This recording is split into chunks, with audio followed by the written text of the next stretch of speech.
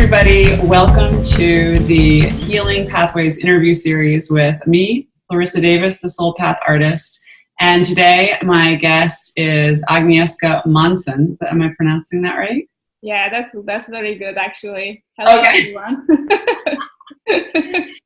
And she goes by Aga for us Americans, who it's easier for, maybe even in her home country of Poland. Also, is that a nickname there? Yeah, it actually is. So that's why my reaction time is pretty good. Oh, good. All right. So Aga is a certified Ayurvedic practitioner and a spiritual counselor, a heart-based meditation teacher, and a Reiki practitioner. And she's based in Whitefield, Maine, but she is doing stuff online too. So Aga has a deep love of nature. Which started basically from birth. And she was taught a lot about herbs from her grandmother. And this all led her to the study of the natural healing arts and instilled environmental awareness and deepened her bond with the plant and animal kingdoms. Welcome, Agnieszka. How are you? Hello. Thank you for joining me today.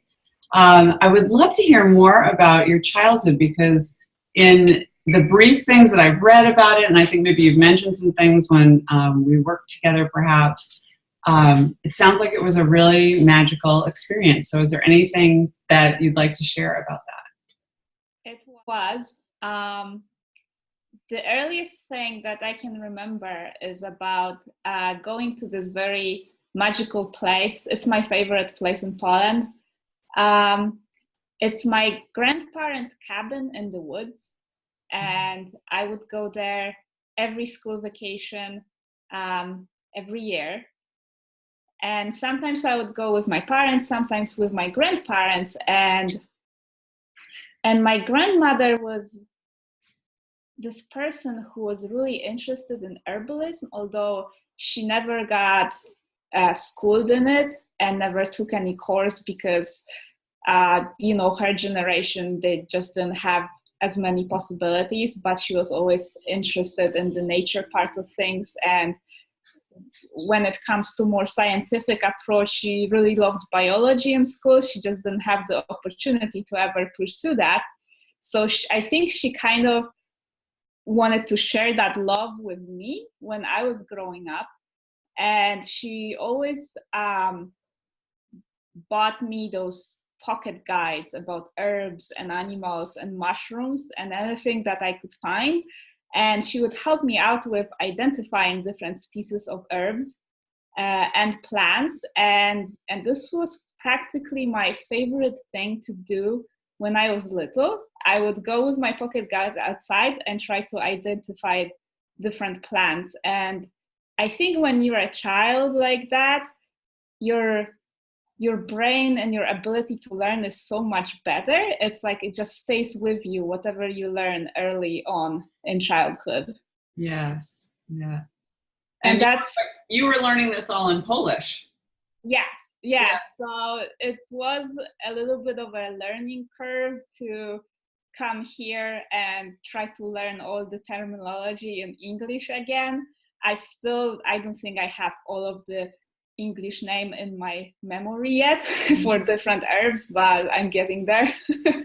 Well, the important thing is that you know what it is and what it does. Yeah. Sometimes I go by Latin because it's easier to find. Right, absolutely. That's cool. So this love that was instilled in you as a child, and you must have had an innate attraction to nature. Yes. Right. So that just sort of helped kindle it, and she nurtured that in you. Sounds just like an amazing experience. And I guess what a wonderful thing to get started so early. Like you said, like having that, I mean, I think with what I do, I'm like, gosh, if I had started when I was a little kid, how much more knowledgeable would I be? So that's an amazing thing that you've had that for that long. And then that led you into the different healing arts. So what was that journey like?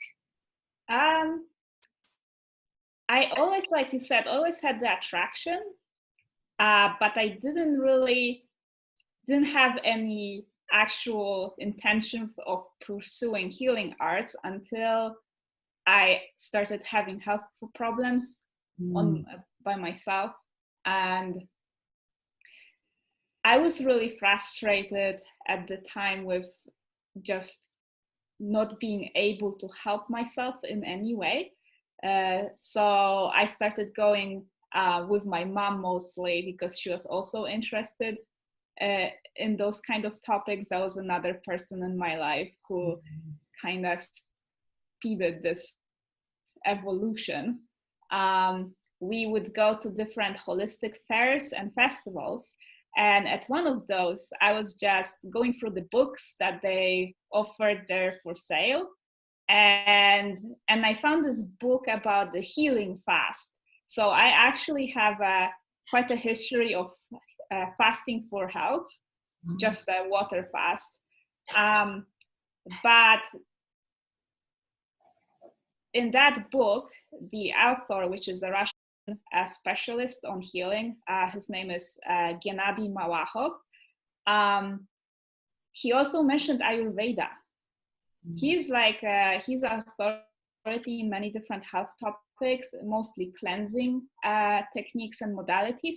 And because I could see how much fasting helped me at the time, and in a way he became like a big authority to me, I really got interested in Ayurveda too. So I started searching and I looked it up, and eventually it led me to getting trained, and that's how I'm an Ayurvedic practitioner now. That's amazing. So you mentioned fasting. I've used fasting and diet restrictions in my own healing journey. Could you speak to how it is, what the benefits are of fasting if it's done properly? So fasting is really probably the most profound cleansing technique if your body has a lot of toxins accumulated, especially over the years. But it's not for everyone, because if you already have very low energy levels, then this is not something that you do. Then you want to do cleansing techniques that usually have to do with change in diet rather than cutting out all food altogether, because this is just too much for the body to handle if you're already low on energy. Yeah, but other than that, if you still have good energy levels and there's some toxic buildup that you want to remove from your body, then fasting is very good like that. But also it's something that has to be done smartly, especially during the regeneration phase that comes after fasting, because digestion during a fast slows down and eventually shuts off entirely if the fast is very long, and you have to start it up gradually after. And usually it's done with juices, because juices are instant energy and they're very easy to digest and they're very nutritious. Sometimes if the fast was very, very long, like over 2 weeks, sometimes 20 something days to a month, you start with diluted juices. And my longest fast was 23 days.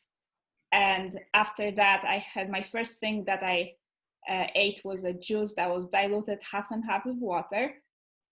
And it filled me right up. It's like I was not hungry for most of the day after it. Right, I can see that. Yeah, that's a long fast. Yeah, there was a period, I don't remember how much we talked about when we had our session, but when I was, 17, I had traveled to Africa and I came back and I didn't know it, but I had a parasite. And I also was trying to figure out what the heck was wrong with me. And I did a fast, but it was a juice fast. So I just was having juice for it. But it was quite a long period of time. Yeah. And it didn't really help because it was a parasite. But, oh, well, I, like you, was kind of like frustrated. What can I do to heal myself? Because there weren't a lot. I'd gone to doctors and they didn't know. I finally did find out that it was a parasite, but it took a long time. Yeah. So what can you tell us about Ayurveda? I think a lot of people might have heard of it from Deepak Chopra, you know, because he was so popular for so long, or a while ago here in the US, and he's still pretty popular, I guess. But I think that's sort of like the popular version of Ayurveda. I don't know. What would you want people to know today about Ayurveda if they've never had much exposure to it? I always start by saying that Ayurveda is Indian holistic medicine. I think it's important to know where it came from. And it's actually the oldest system of medicine in the world. It's older even than Chinese medicine. There are a lot of similarities between Ayurveda and Chinese medicine, but truly everything, actually all the healing modalities originated in Ayurveda, even if they're more commonly known as Chinese medicine healing techniques. Now that's really fascinating. So how did Ayurvedic teachings make their way to China?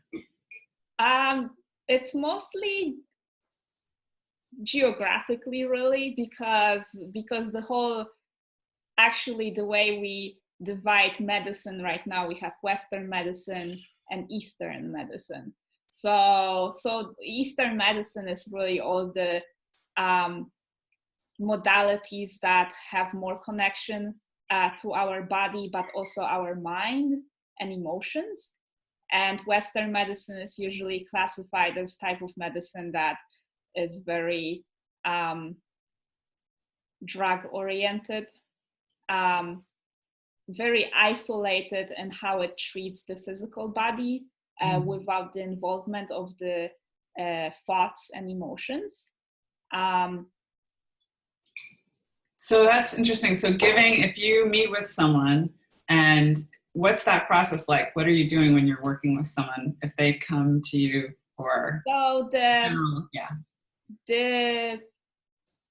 the main method of diagnosis in Ayurveda is the pulse technique.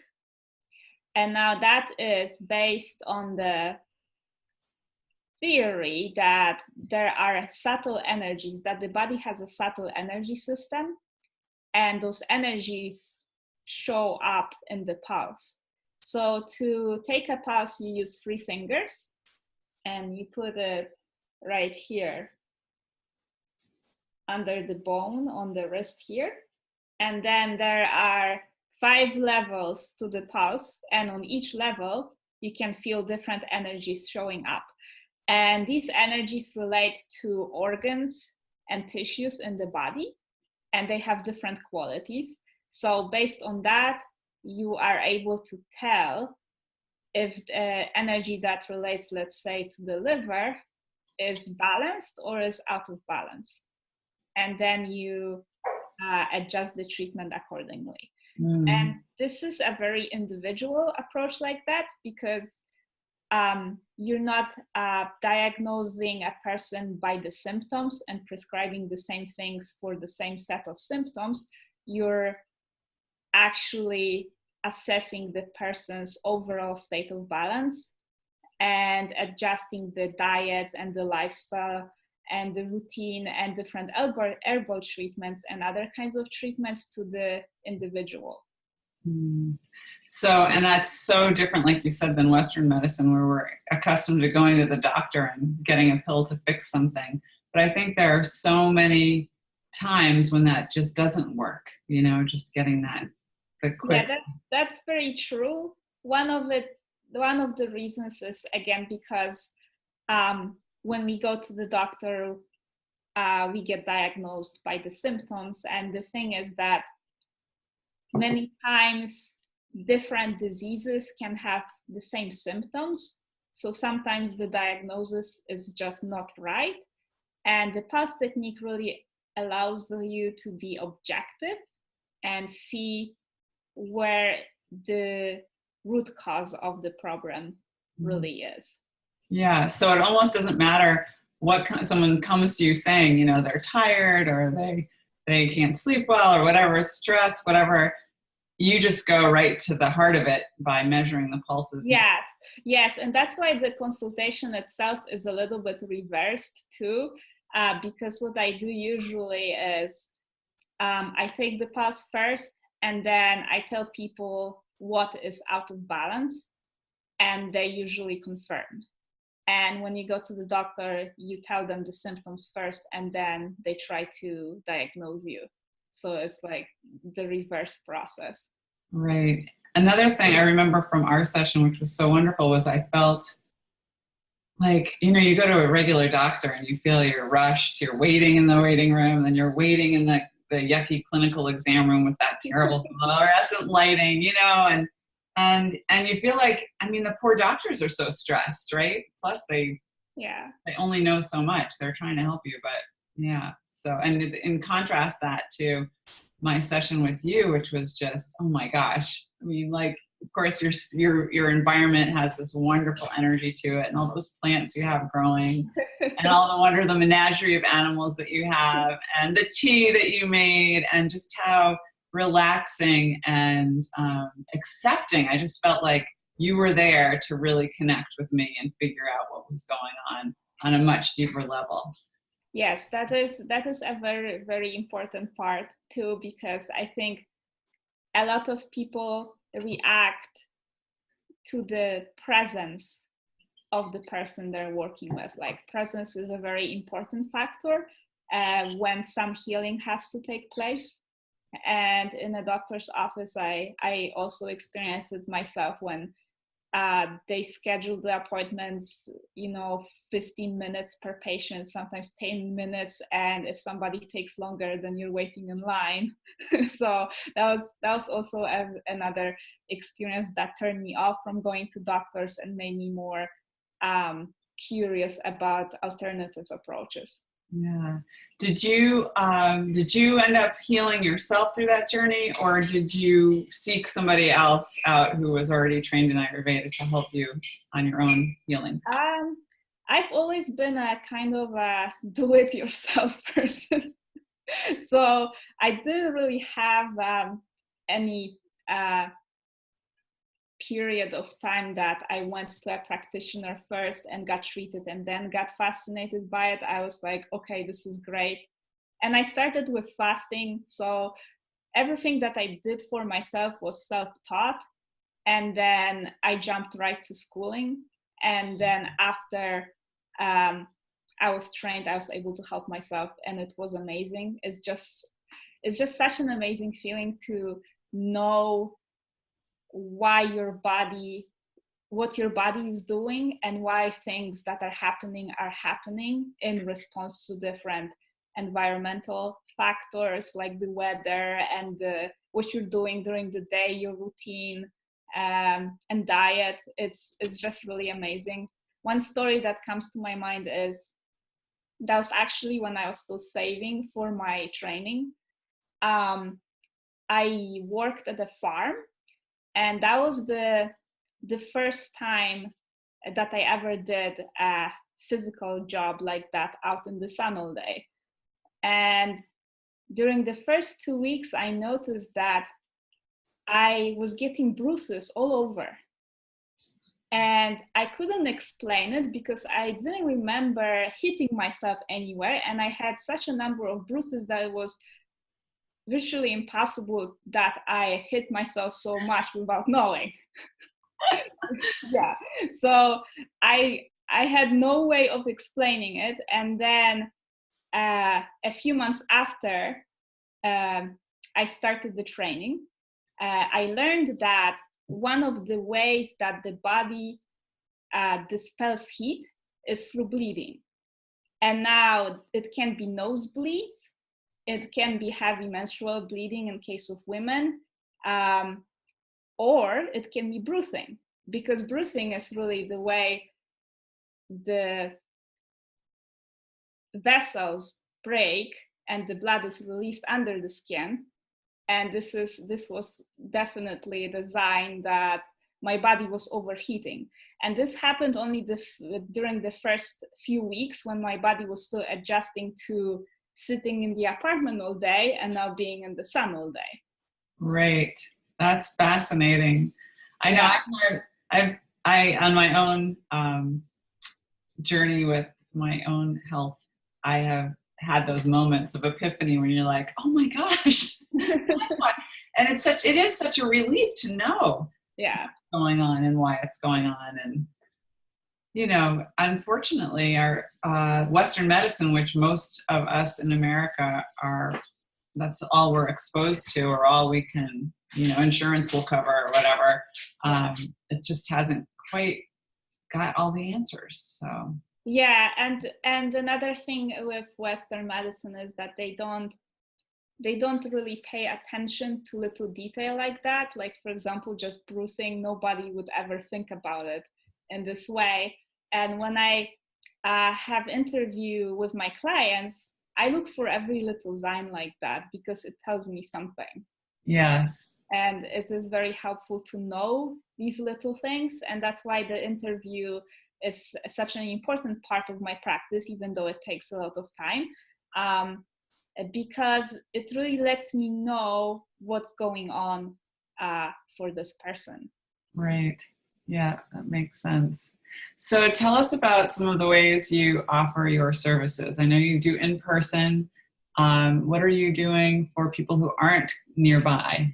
Okay, so with the Ayurvedic consultations, I really like at least the first meeting to be in person because I need to physically take the pulse. Mm-hmm. After that, after I've taken the pulse, I have no problem of doing consultations online, usually via Zoom or Skype with people, because then we mostly talk about the routine and diet, and there's the whole interview, and I'm able to give recommendations. If somebody is really far away, then another option is that I do a tongue diagnosis. Tongue diagnosis is another way of assessing the state of balance of the person. It's not as reliable as the pulse, and it more relates to the digestive tract, really, although there's a whole tongue map where you can see like where's the liver, where's the gallbladder, so you can see more or less what's going on, but the pulse is just a more thorough method. So if it's possible, I prefer to see people in person for the Ayurvedic consultations. If not, I can do tongue diagnosis. And you're also doing some webinars online, is that right? Yes, I do workshops. This is a new thing for me. So far, I've been doing workshops mostly about Ayurveda because I discovered that many people are interested and have heard of it, but they don't really have idea what it actually is. And I remember my first workshop when I kind of assumed that people already knew. And I was very surprised to find out that no, and that's why I'm focusing on it right now. Another thing that I also do online is meditation training, and I offer meditation training as part of the Ayurvedic consultations, and this is something that I always recommend that people learn and practice in everyday life, because it just has so many benefits on every level, that regardless of the type of imbalance that you have, this is something that will help you always. Yeah, I think it's true. And so many people that I speak with that have been going through different healing journeys have found that some way of quieting their mind has been essential, some way of releasing stress, because we carry so much stress. I know, yes. You know, like I'm just as much a victim of that, or yeah. I don't know, and I think myself, and I think a lot of other people don't really realize what a powerful influence stress can be, especially if it's something you experience every day. Myself, I used to have a problem with panic attacks or anxiety attacks. This is something that I don't have anymore, thanks to my meditation practice and Ayurveda. But it was really a nuisance when it happened. And when I was just having those, that was before I was an Ayurvedic practitioner, I would sometimes go on the internet and look up all the different symptoms of panic attacks, because many of them are very similar to a heart attack, which is really scary. and I found this forum with people that have had those for years, and it really made me realize how many people there are that could benefit from things like meditation. Like for me, the panic attacks really lasted for a few months, and then because that was a very stressful time that I was going through, but there are people out there that have a serious problem with stress management, and this is something that could help them a lot. Yeah. So as part of your assessment of someone, or that initial consultation, so you're assessing where they're at, what needs balancing in their bodies based on what you feel in the pulses, and what you're prescribing is a combination of things. Then Yes. So with the Ayurvedic consultations, they start off being more focused on the physical body, because this is what people usually come to me with. They have some kind of a physical problem, whether it's something with digestion, or they can't sleep, or anything physical like that. But many times it turns out that the problem really is connected to the mind and emotions, and the mind and emotions influence the physical symptoms. And if this problem is really advanced, then this is when spiritual counseling comes in. So many times people will come to me with things like insomnia, for example, and the greatest thing you can do for insomnia is meditation and not overworking. I think this was one of the biggest challenges for me, to tell people not to overwork themselves so much, because people are really driven, and this is a very fast-paced life that we're living nowadays, and it is a challenge to slow down. Yeah. Yes, absolutely. And I think another thing is that a lot of people don't know what a great effect it can be.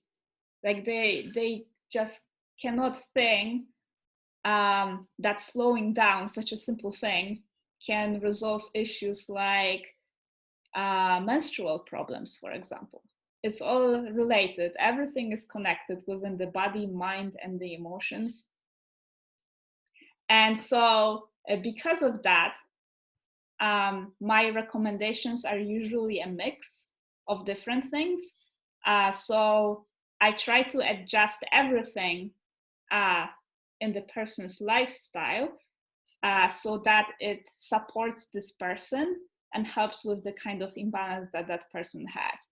So it's gonna be diet, lifestyle recommendations, like for example, going to sleep earlier, or meditation, or herbal treatments that will support the physiology of that person. Oil treatments like Abhyanga, which is a whole oil body massage, or Shirodhara. This is a treatment when a stream of oil is poured on the third eye continuously, it's very, very relaxing, and it actually has a lot of effect on people who have a very busy, racing mind and have problems with sleep. So this is another treatment like that. And there's really a lot of different modalities that Ayurveda uses. And it really acts as a guidance system. Like we have so many options nowadays. Reiki, massage, herbal therapy, and sometimes we just need a little bit of guidance as to what would be the best for us at this time. That's so true. And I was thinking, like, so there are going to be some people who are watching this who are like, oh, so how do I learn more about this? What's your recommendation? I mean, I know you found a book and it kind of led you down a path. What kind of things can people do just, right now, today, if they want to learn more or take some steps to help supporting balance in their lives? It really depends on how deep you want to go into that. Because Ayurveda is a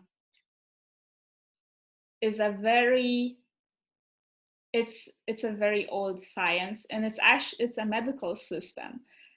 So with just everyday things that you would want to do for yourself, those are really just simple like routine things that you can do that help with sleep and digestion. So for example, if you look at the natural body cycle, the digestion is strongest at noon. So this is the best time to eat the biggest meal of the day. And I know it's hard to do for some people, but if you really want, it's possible and it can be done. Like you can bring a thermos to work and have a hot meal. And dinner should be light because digestion naturally slows down in the evening. So this is not the time to overburden your digestive tract with a lot of food or food that is hard to digest. Another thing is going to sleep before 10 p.m. And they say that every hour before midnight is worth twice as much as every hour after midnight. And another reason for that is that the whole day is divided into vata, pitta, kapha periods. And now vata, pitta, kapha are those three energies that are the most important in Ayurveda, and they have their own qualities. So for example, kapha is very heavy and just calm and easygoing, and the kapha period during the day is from 6 to 10 p.m.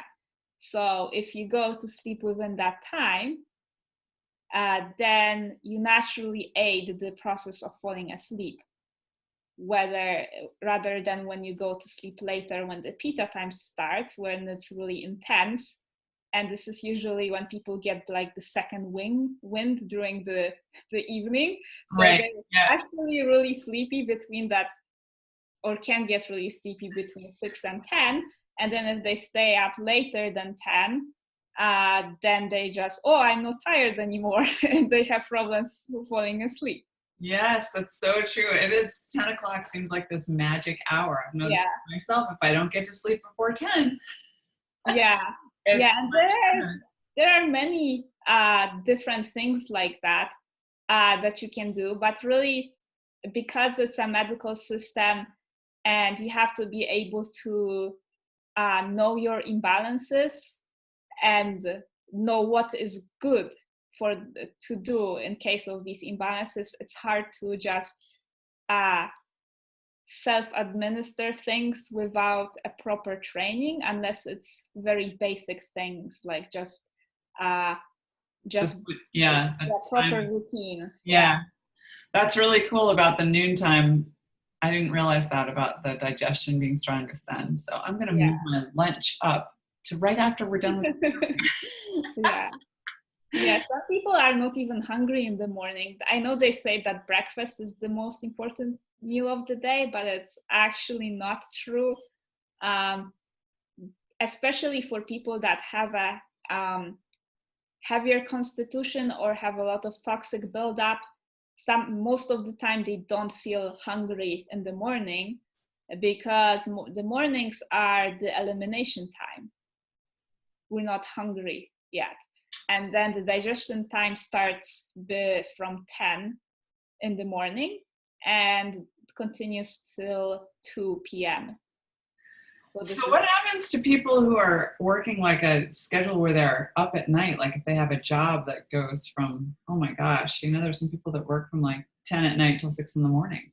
this completely throws the body off, and um,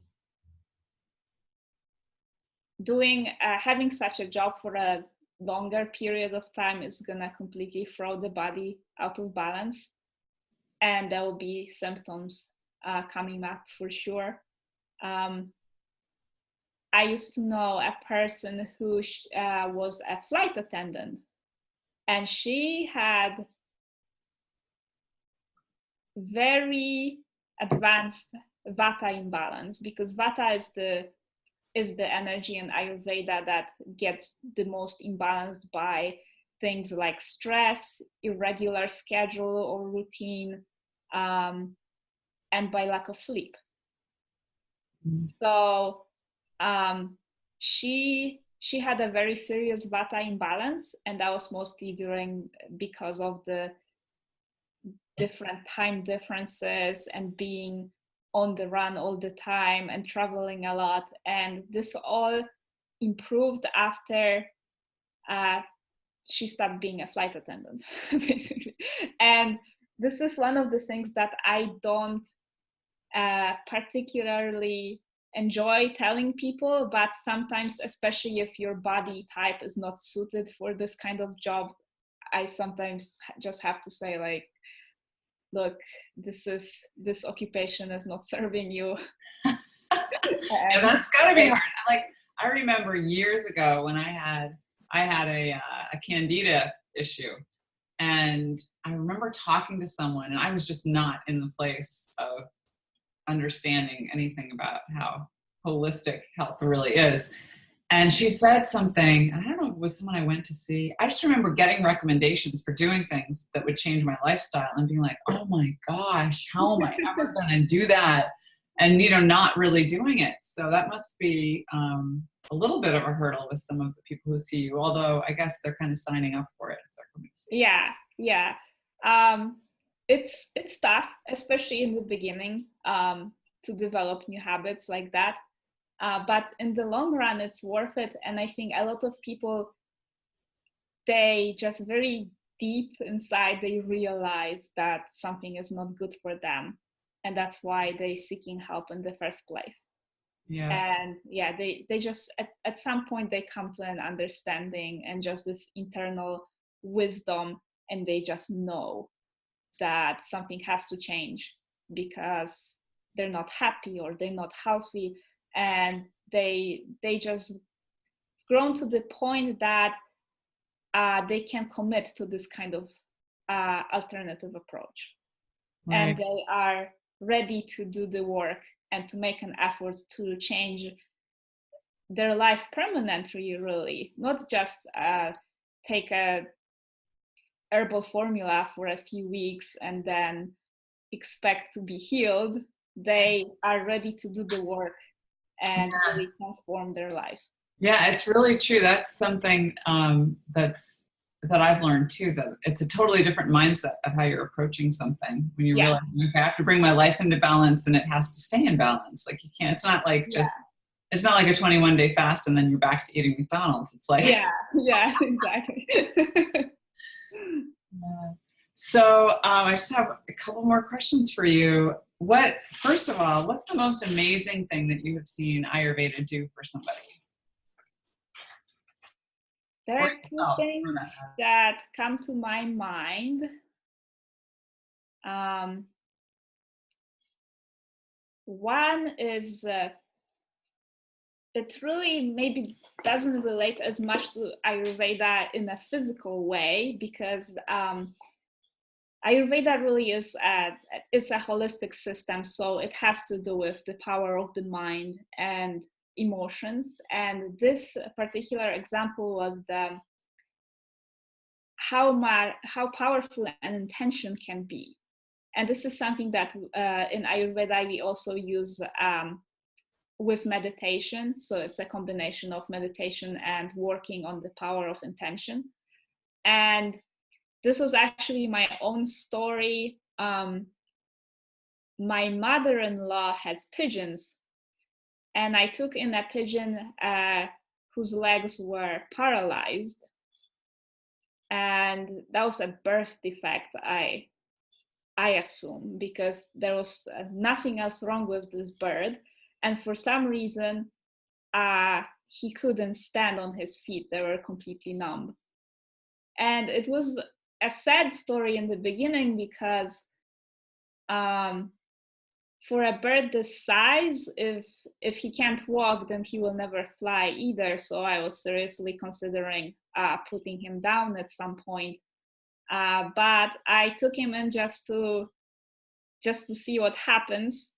I also happen to know a person who is a holistic medicine person for specifically birds, and so she does mostly essential oils and herbal therapy for them. So I consulted her, and she tried to help me, but she didn't really. She never had a case like that. Usually with birds, if it's a birth defect, then there's nothing you can do.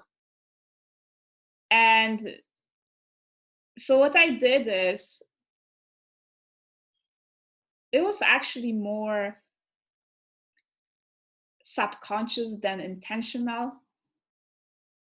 I just had this plan of like what I'm gonna do for this bird. So herbal therapy, essential oils, the greatest diet possible, daylight, like put them outside in the sun, and all kinds of. I also do Reiki, so I was thinking about doing it on him. And so I had a really grand plan of what I'm gonna do for this bird. But before I even had the time to do anything, he just miraculously got his legs back. It was amazing. And I remember that was like within the first week after I got him. And I just got those images from time to time of him landing on his feet, but it was special in a way that I wasn't as much imagining it as receiving it. And that was the intentional work taking place there, just because I had a really strong intention without being attached to the result of this treatment, that he just got his legs back like that. And I actually still have him, and he's doing very well. That's great. So that was one of the stories. But something more physical. Two people come to mind. One person had a problem with reflux disease.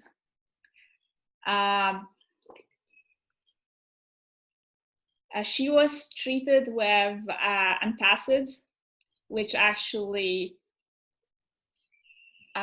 this is based on the theory that the reason why the person has reflux disease is because the stomach is too acidic.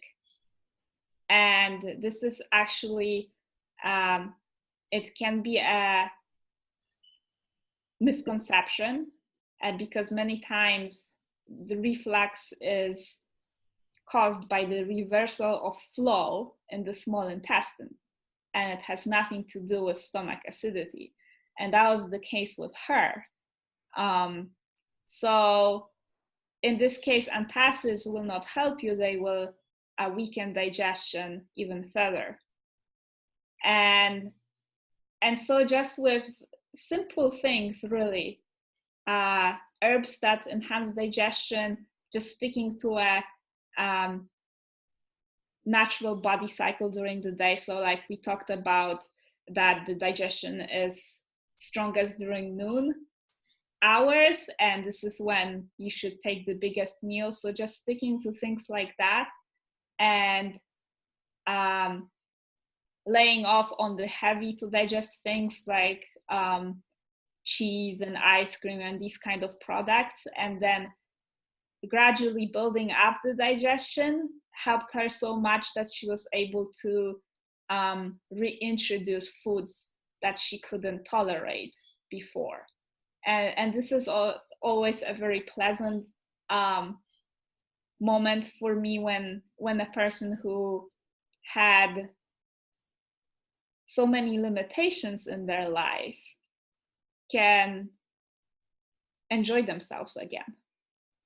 Yeah, that's amazing. That's yeah. Really amazing. So where can people find out about you and what you have going on, or any workshops and webinars and that kind of thing?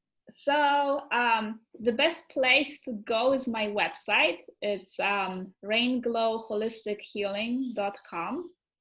And I also have a Facebook page of the same name. So I post the workshops and events on both those sites. But if you have any questions about anything, upcoming workshops or recommendations or consultations and how all that works, then you can call me. There's my contact information on the website and Facebook page, or send me an email. Usually, it's best to send an email because of where I live, and I'm in a dead zone. So sometimes the calls don't go through. So it's a safer way to actually send an email. But either way is good if you can get a hang of me. Okay. And is there anything else that you wanted to share?